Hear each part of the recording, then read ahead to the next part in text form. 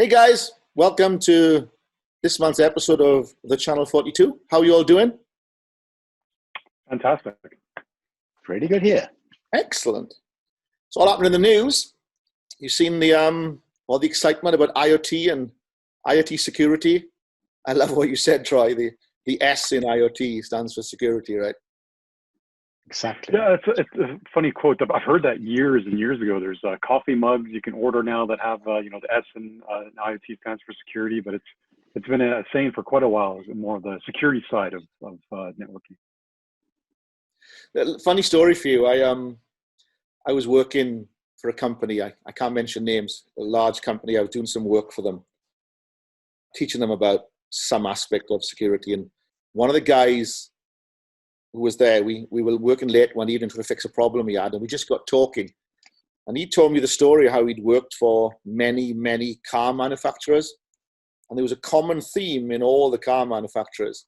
What happened is they wanted to build in some kind of remote functionality. So when the car drives into the shop, they can get information from the car, okay?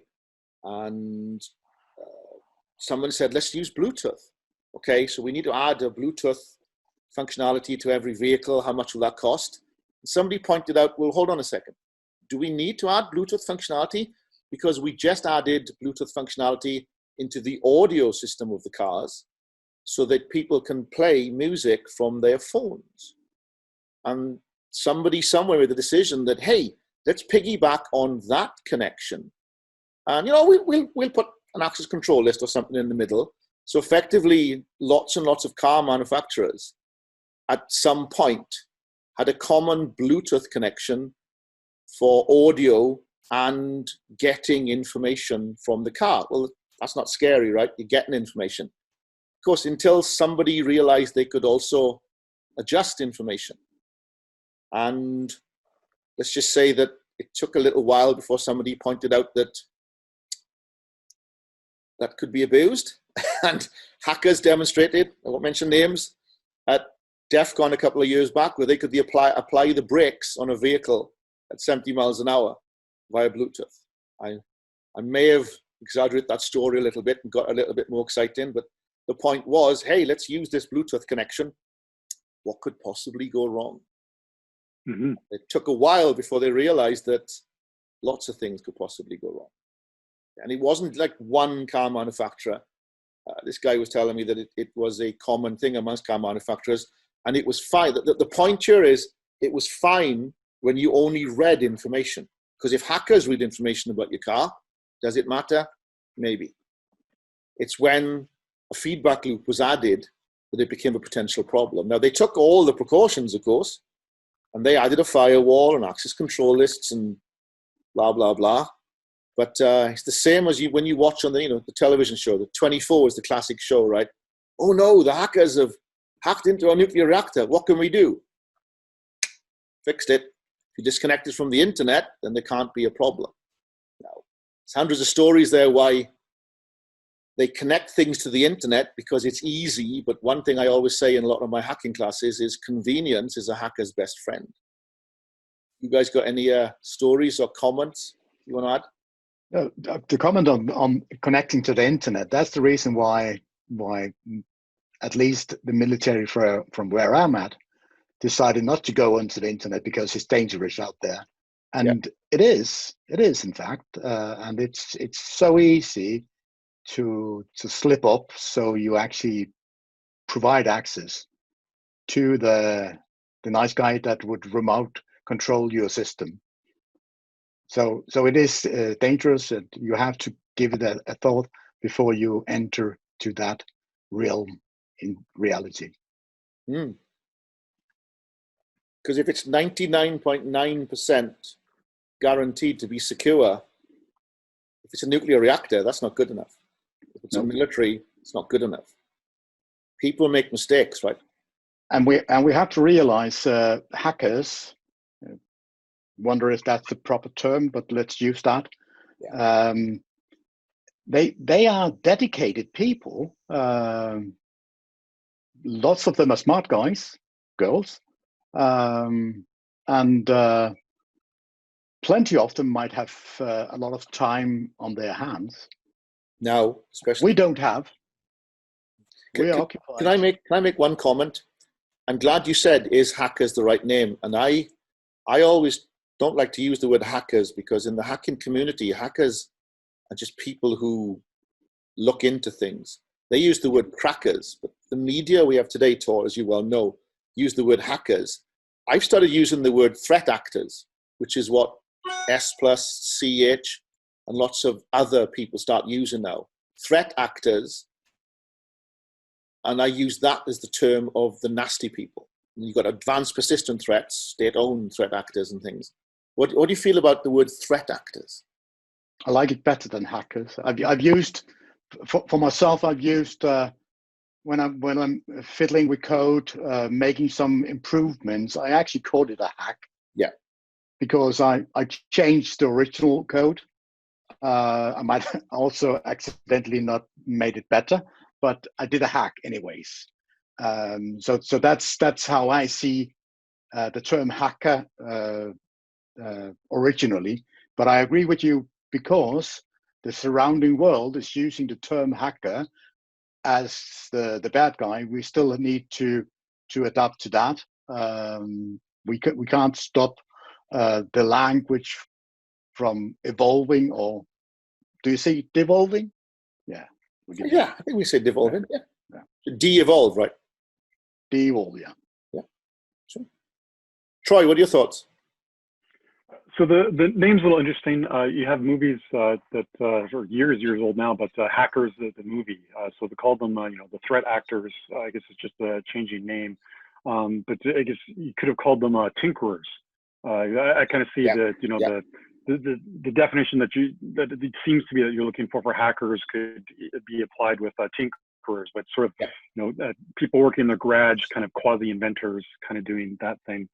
But it's interesting. The description you gave me about the Bluetooth attacks on the cars reminds me of that Car Whisperer program that was developed years and years ago, where you could drive up beside people and inject audio into their through the Bluetooth, play sounds through their speaker systems. Yeah. So that was a bit interesting. And then Tor, something that you mentioned just about guys or gals having more time to kind of investigate, enumerate different networks, discover what's out there, and kind of plan their entry points into those networks. But there's also larger organizations that have deeper pockets that are well funded, have almost virtually unlimited resources. So when we start looking at things like nation states, these are the very organized institutions that have the means and justification to go after these critical sites like nuclear power plants, chemical plants, energy plants, from their competing countries. You're right. You're quite right there. There's a fantastic video out there where they use the word hackers again. Hackers, actually, it's government employees who proof of concept taking down a power generator. And if I can find it, I'll post it. But just Google hackers attack power generator. It's a power generator that's the size of like an office. It's huge, and you can see this thing, and it starts to smoke, and then it physically starts bouncing. You can see this, like, I don't know, tons and tons of metal physically bouncing, because what they've done is they've shown how vulnerable it is by taking readings and making slight adjustments. They've adjusted the spin of the fans, the rotors, the motors, and so on and so forth, and they've caused an imbalance that they've managed to make it worse and worse, and eventually the thing just completely destroys itself. And they were proof of concept in potentially to show how hackers, threat actors. Let's just use the term for now. We might as well. Why fight it, right? Because it's on the news constantly. We know better, but I think you're right. And they showed how hackers can damage things if given even a little bit of access. Because one thing I want to point out to people is, you might be sitting there thinking, dude, I don't make mistakes in my code. Absolutely agree with you. You can double check it. You can get your buddy to double check it. you can get your security team to double check it. But how do you know that the C++ compiler you used doesn't have a bug in it that can become manifest without you knowing? And that's the problem with a lot of this coding. Remember, we run code on my laptop. It's an Intel i7. It's got firmware built in by Apple. It's got firmware built in by Intel in the chip itself. I'm running Mac OS, which was written by Apple using some kind of compiler. There's an awful lot of people that got involved in the code that's running on my computer, not just the person who actually wrote the Mac OS. Does that make sense? Do you see where I'm going with this? Perfectly makes sense. We're building on top of code that built many years back, and we don't have the full insight into what's behind there, and we can't, because the complexity of coding today would make it impossible for us to create what we see in our world today. Mm-hmm. Wasn't there a story about the entire TCP/IP stack on, I think everything is built on some Unix TCP/IP stack of about 20 years ago? Am I getting the facts wrong here? And that had an inherent vulnerability in it that's effectively in everything today. Have you heard about that one? No, not really. Let me do a quick Google. We could take Wikipedia. That's a true source. No, okay. But there's also being confident in your code and thinking that it has no errors. And your code may run successfully, but the other thing that to think about is what happens if someone adds data that you weren't expecting. So it's checking your code to handle all the errors or the malformed inputs or unexpected input that could go into your program. So one example that comes to mind is in the gaming industry. People are playing online games. If you're able to inject data that talks back to the your servers up in the cloud and return information, what your character's done or experience they've earned, gold they've earned, weapons they've captured. So one of the things that some of the the hackers have done is if they take away values, if they take away a -1 from their inputs, if they roll back below 0, if they take a -1 from a value of 0, one of the error conditions that results is when you take away that -1, it gives you maximum of whatever item you were subtracting. So when you go below 0, it just gives you the maximum of what you could possibly contain. And so that their code, they may have been confident that everything was correct, but they didn't validate the inputs. Why would someone ever send us a -1 of this item when they had 0 to begin with? But that condition creates this weird error, and that's one of the things to test with, is that the saying that the world can always make a greater idiot, right? To be able to come up with a weird case of numbers or input data that you can enter that can create unexpected results. I remember the intent or the imagination.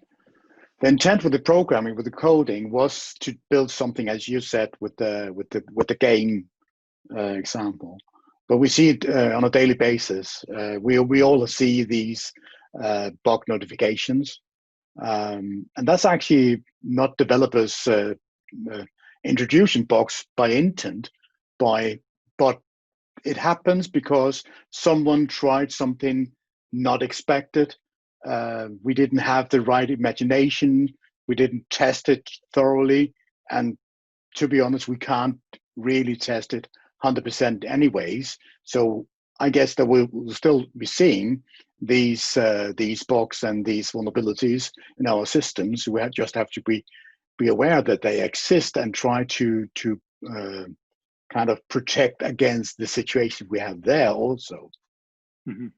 So I heard a story a while back, and I think it was attributed to a Microsoft security expert or tester, and he was at a conference talking about doing what you guys says, thoroughly check the range of inputs you can have. For example, make sure no one sends you a -1. And somebody in the audience said to him, "Why would anybody ever send you a -1?" And his response was, "There is some teenager in Northern Europe who will try and send a -1 just to see what happens." Yeah. Tor, Why? Because I can. yes, because I can. And Tor, Yeah. you're from, would you count as Northern Europe or Middle Europe? Northern Europe, and I have been a teenager. Yes, And once you get up in I'm not saying anything Scandinavia, more. once you get up to Scandinavia, right, when October, November comes and the sun goes down, in some places, it doesn't come back up for a month or two. No. And you've got nothing else to do. Hey, let's throw random numbers at this. Oh, look what happened. Yeah, absolutely. And get a bug bounty. While you mention it, this time, I think that we have many people confined in their home right now. So we might actually see something there also. I'm just speculating. Oh, I did something the other day. It was something stupid. I miskeyed something, and a well-known program did something, and I was like, "Oh, it wasn't like a major amazing." bug. It was like just something that it wasn't supposed to do." And obviously, a patch came out a week later, and it didn't happen anymore. But I just came across it accidentally because I typed 2 keys in the wrong way, and something on the screen went, and I went, "Oh, that's not supposed to happen." It was too late. It's not like I got $1,000 for reporting a bug or something. They already knew about it, and a week later, it didn't happen anymore. But you'll be amazed how lucky some people can be sometime and accidentally come across an event. And that brings us to IoT, right? We're talking about generic problems. A huge fly just flew in my room and landed right on my camera. Wow.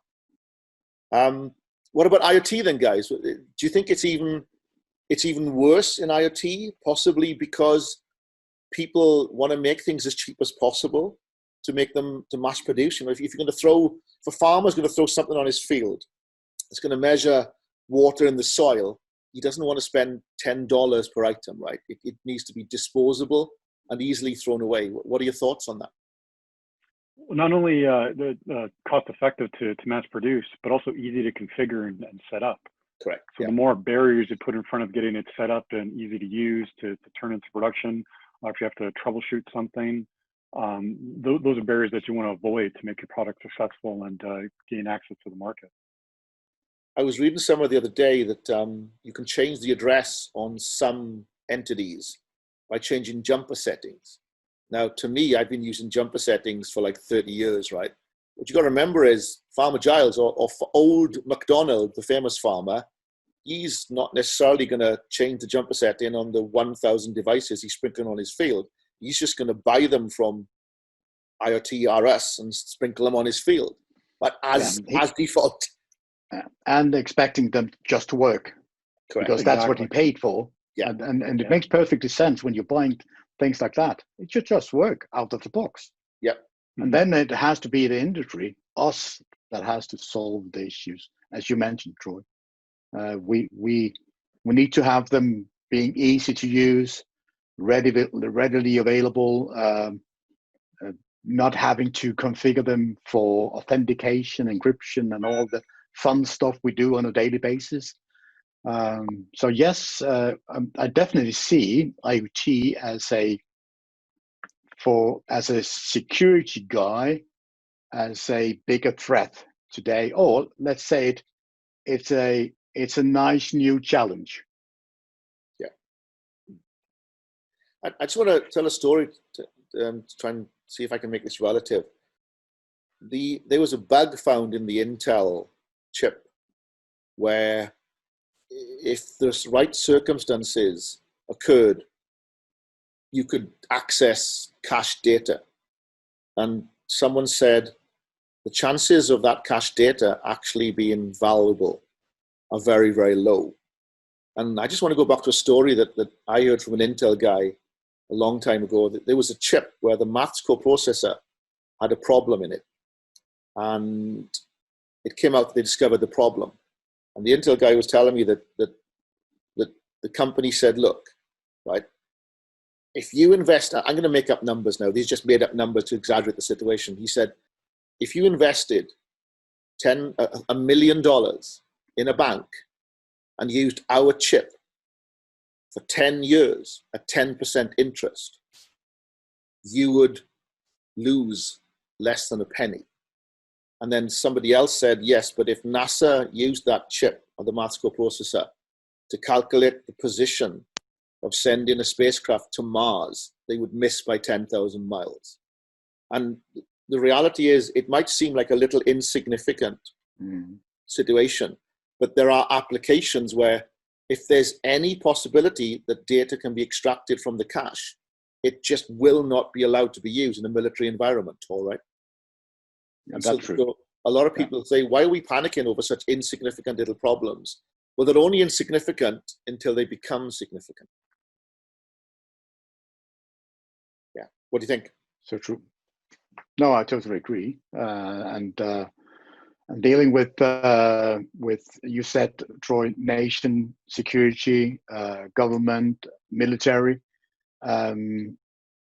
close enough is not good enough. Yeah, we have to seek for the best security we can get whatsoever. perfect security. And that's we have to aim for that. Yeah. And I'm saying it like this because we do know that promising 100% security is kind of an illusion, but we have to strive towards it. That's the because key. If we don't do that, we'll just say, okay, I know it's not good enough, but who would go in and hack my network and use my computers for a botnet? That wouldn't happen, right? But we know it happens, and that will be the same as the concerns we need to have in a government military installation. Well, there was a well-known company that got hacked because the hackers couldn't get into their company, but they got into the air conditioning company that serviced them. And somebody, I say this multiple times, inconvenience is a hacker's best friend.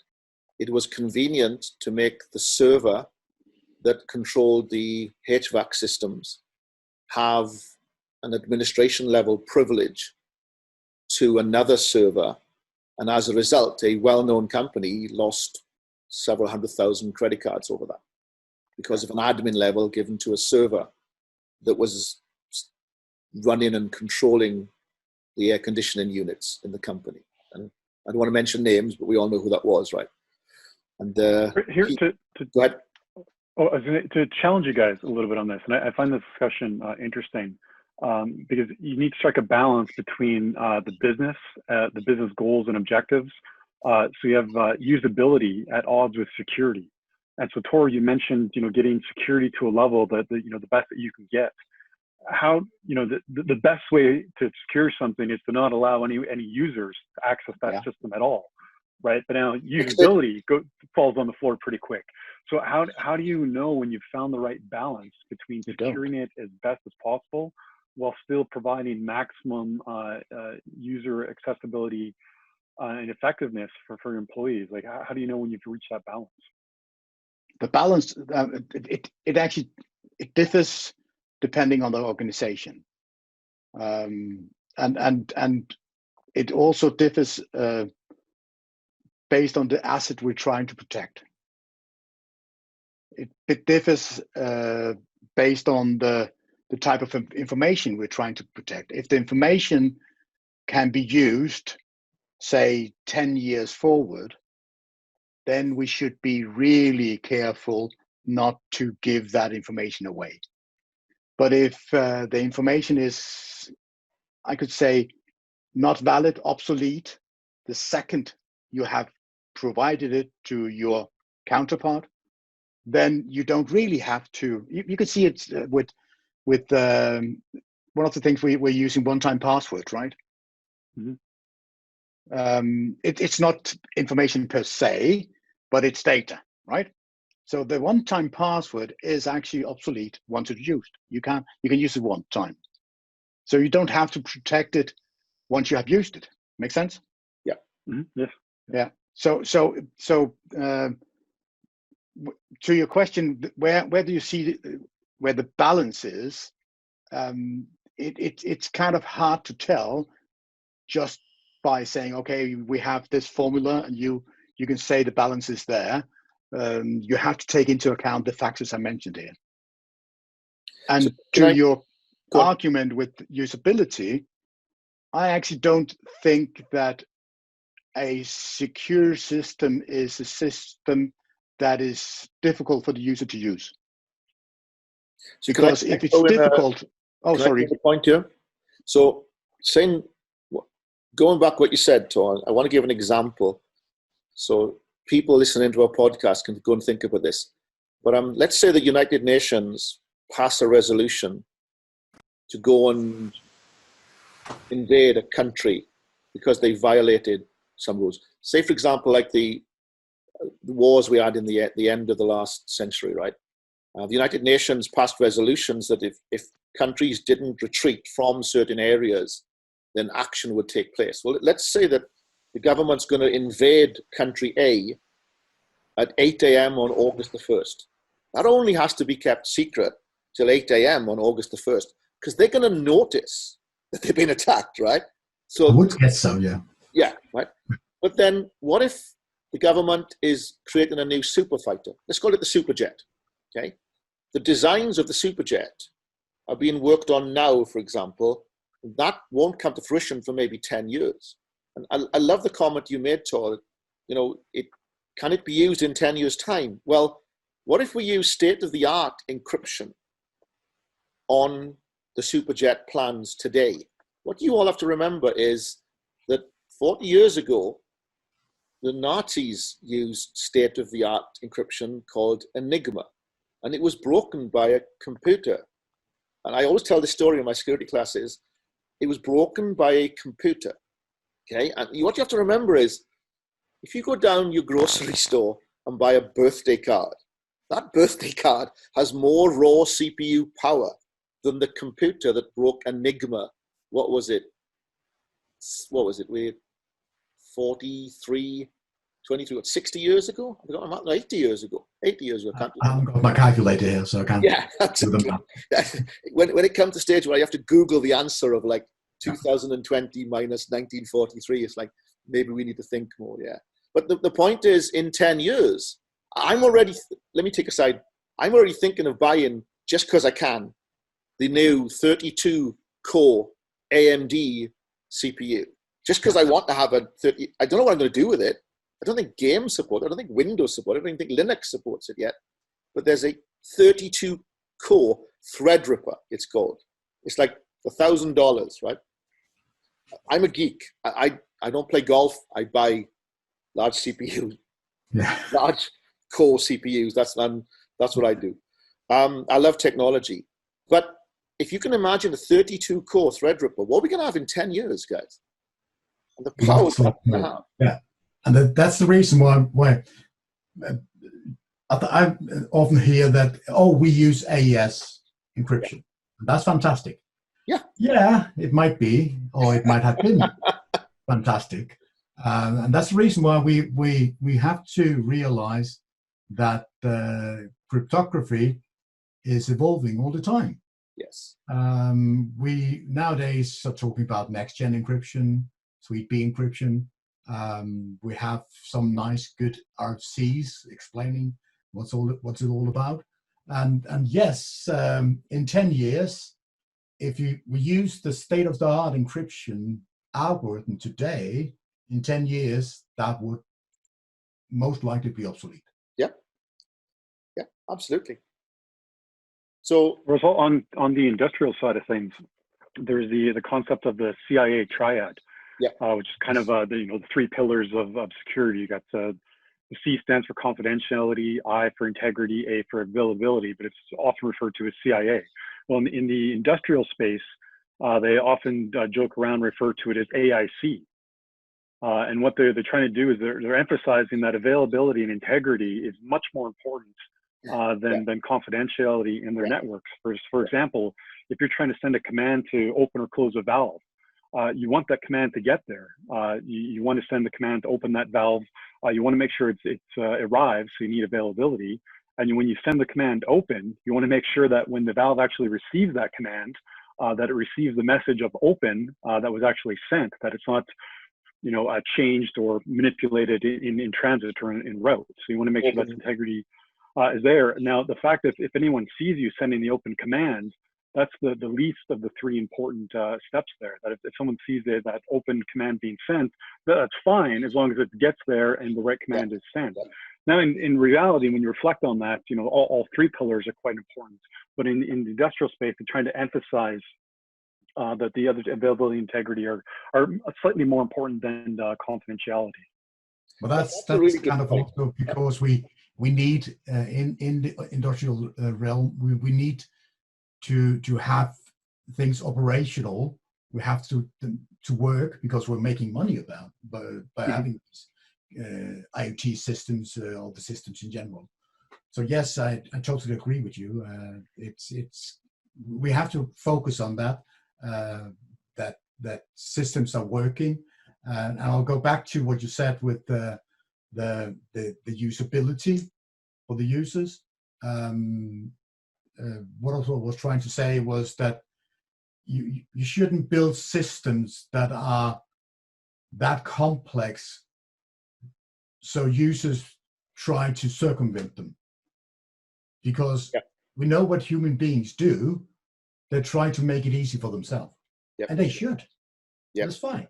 So sometimes you have to take in to account the human factor also, and make the security so a ordinary user can operate securely without being disturbed in the primary focus on that person's job or tasks.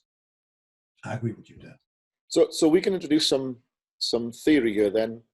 So when you talk about security, two of the things that we talk about first is the concept of risk.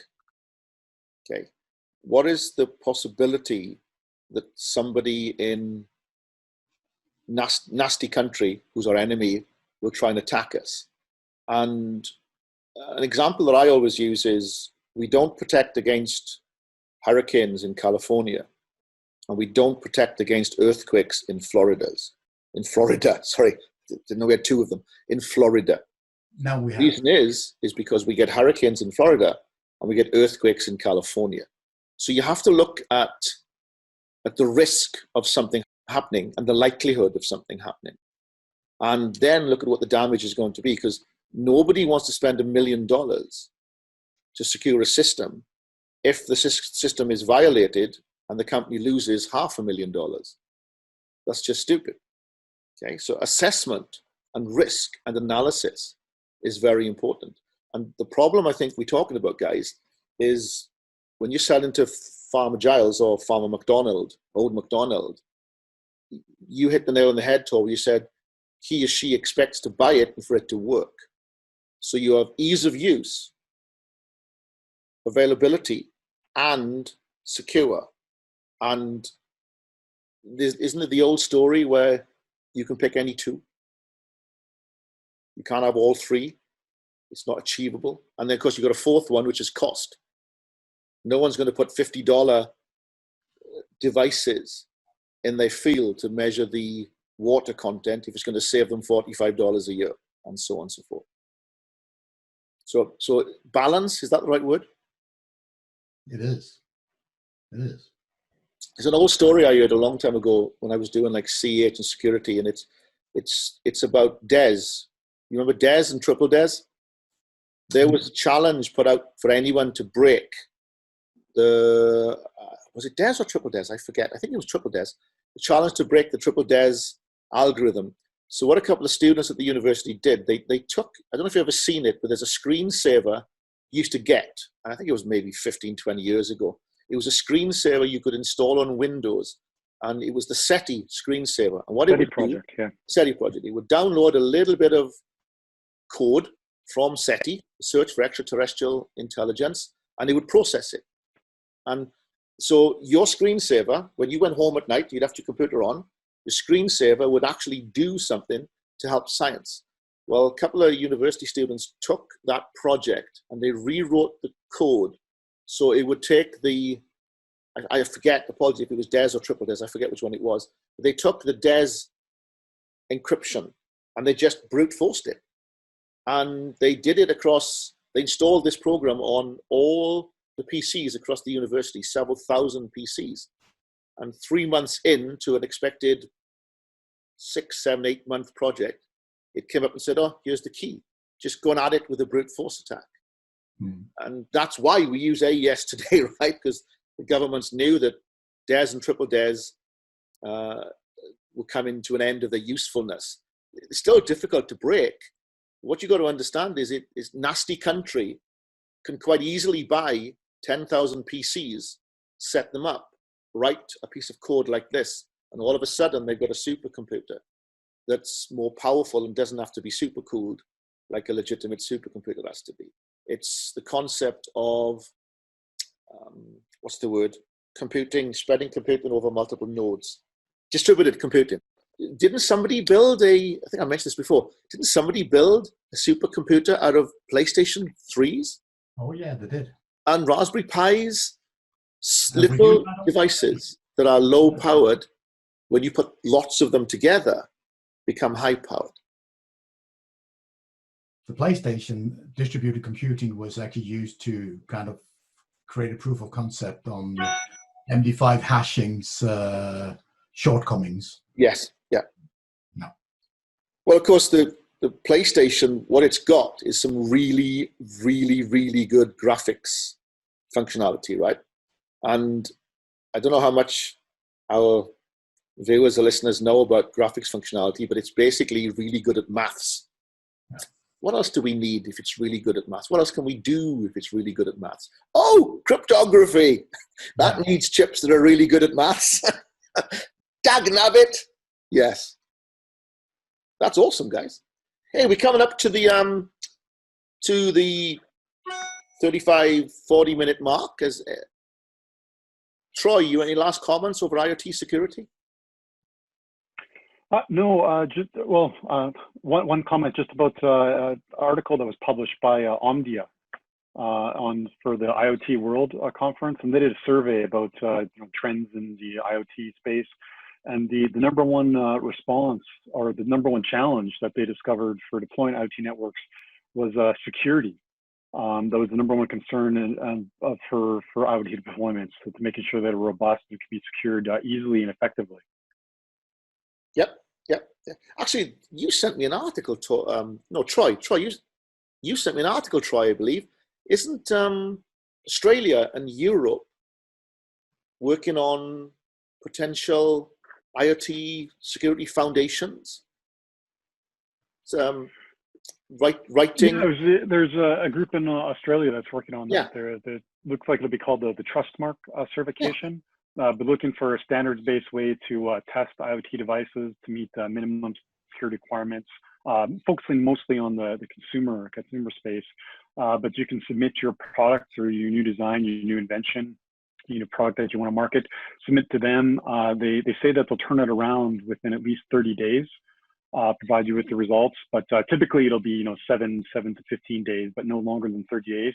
But they'll come back to you with a report explaining, where it could be vulnerable, where it could be exploited, that kind of thing. But they're definitely trying to up the game globally across the IoT space to make things more resilient, harder to hack and crack and get into those devices. So it's definitely taking things in the right direction. That's awesome. And that's a great note to finish on. I think we're over our time. I would like to tell everybody who's listening to the podcast, if they get a chance, to come over to our YouTube channel, TheChannel42. I'm Troy Martin. You can find me on Twitter at TroyMart, the handle TroyMart. And our co-host, Phil Morgan, how can people reach out and get a hold of you? You can find me on Twitter at CCIE5224. It's me. All right. And cool. Thanks, Phil. And Tor Olson, how can people get a hold of you? They can get hold of me at Twitter at the handle at 2RN1. So it's 2 Romeo November and the number 1. Awesome. All right. Thanks guys. Thanks, guys. See you next time. See you. You guys.